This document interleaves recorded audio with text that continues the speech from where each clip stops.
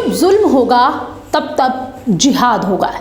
ये बयान दिया है जमीयत उलेमा हिंद के अध्यक्ष मौलाना महमूद मदनी ने। इस बयान ने देश में एक बार फिर विवाद को जन्म दे दिया।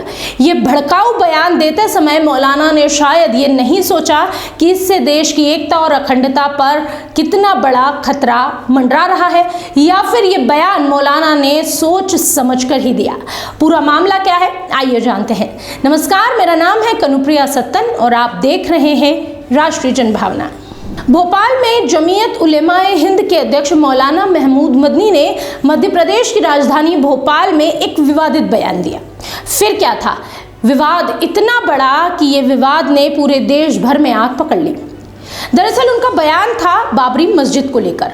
उन्होंने बाबरी मस्जिद पर दिए सुप्रीम कोर्ट के फैसले, देश की सरकार की नीति नीयत पर सवाल उठाए थे और कहा था कि जब जब जुल्म होगा तब तब जिहाद होगा। इसके अलावा उन्होंने वंदे मातरम को लेकर भी एक विवादित बयान दिया। फिर क्या था, उनका ये बयान इंटरनेट पर जमकर वायरल होने लगा। इस बयान को अधिकतर लोग सांप्रदायिकता को उकसावा देने से जोड़ रहे हैं, यानी कि लोगों का मानना है कि वो सांप्रदायिक मतभेद को बढ़ाना चाहते हैं। मध्य प्रदेश की राजधानी भोपाल में जब उलेमाए हिंद के अध्यक्ष मौलाना महमूद मदनी ने विवाद दिया तो देश भर में नया विवाद खड़ा हुआ।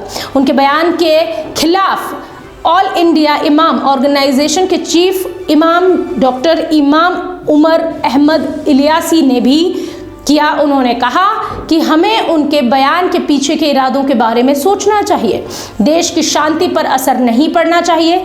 उन्होंने यह भी कहा कि देश विरोधी ताकतें हमारे देश में एक्टिव हैं, देश की शांति को बिगाड़ने की साजिशें रच रही है।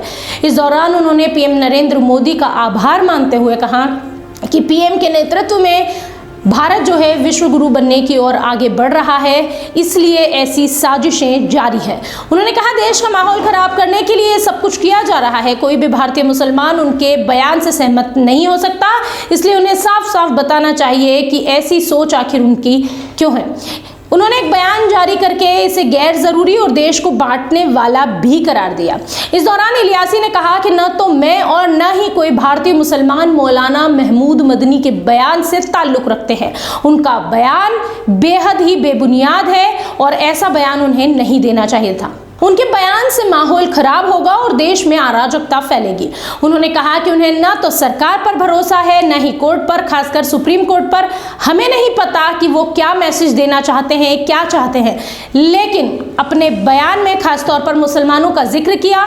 देश के मुसलमान इससे सहमत नहीं हैं। उनके चाचा ने भी कुछ समय पहले विवादित बयान दिया था, उससे भी देश का माहौल खराब हुआ।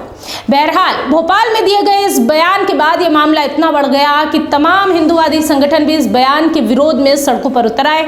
अगर हम बात करें मध्य प्रदेश की राजधानी भोपाल में, तो 30 नवंबर रविवार को विश्व हिंदू परिषद और बजरंग दल के कार्यकर्ताओं ने एक साथ मिलकर भोपाल में जमकर प्रदर्शन किया। इस दौरान राजधानी के रोशनपुरा चौराहे पर मदनी का पुतला भी फूका। प्रदर्शनकारियों ने इस पुतले को फूकने से पहले उस पर जूते चप्पलों की माला पहनाई, नारेबाजी की, कानूनी कार्रवाई की मांग भी की। प्रदर्शनकारी मौलाना मदनी मुर्दाबाद लिखे पोस्टर लेकर यहां पहुंचे थे और जमकर नारेबाजी भी की। पुतले पर उन्होंने जूते फेंके, अपना गुस्सा जमकर इस पुतले पर उतारा। कई कार्यकर्ताओं ने पोस्टरों पर मार्कर से क्रॉस बनाया और मदनी के बयान का विरोध भी जताया। कुछ पोस्टर्स पर भारत में रहना होगा तो वंदे मातरम कहना होगा जैसे नारे भी लिखे गए। बहरहाल मदनी के इस बयान से एक बार फिर हिंदू मुस्लिम आमने सामने आ गए हैं। एक तरफ हिंदूवादी जो संगठन है वो इसके खिलाफ है, वहीं दूसरी ओर मदनी के बयान ने मुसलमानों की सोच को कटघरे में खड़ा कर दिया। लेकिन वास्तविकता यह है कि किसी एक के दिए हुए बयान से आप देश के माहौल और देश के हर मुसलमान की सोच के बारे में सवाल नहीं उठा सकते, क्योंकि खुद मुस्लिम संगठन भी उनके इस बयान के विरोध में खुलकर सामने आए हैं, यानी कि मुखालफत करते नजर आए हैं। बहरहाल इस पूरे मामले पर और मदनी के इस बयान पर आपकी क्या राय है, आप उन्हें क्या जवाब देना चाहते हैं, कमेंट बॉक्स में हमें जरूर बताएं। देखते रहिए राष्ट्रीय जनभावना।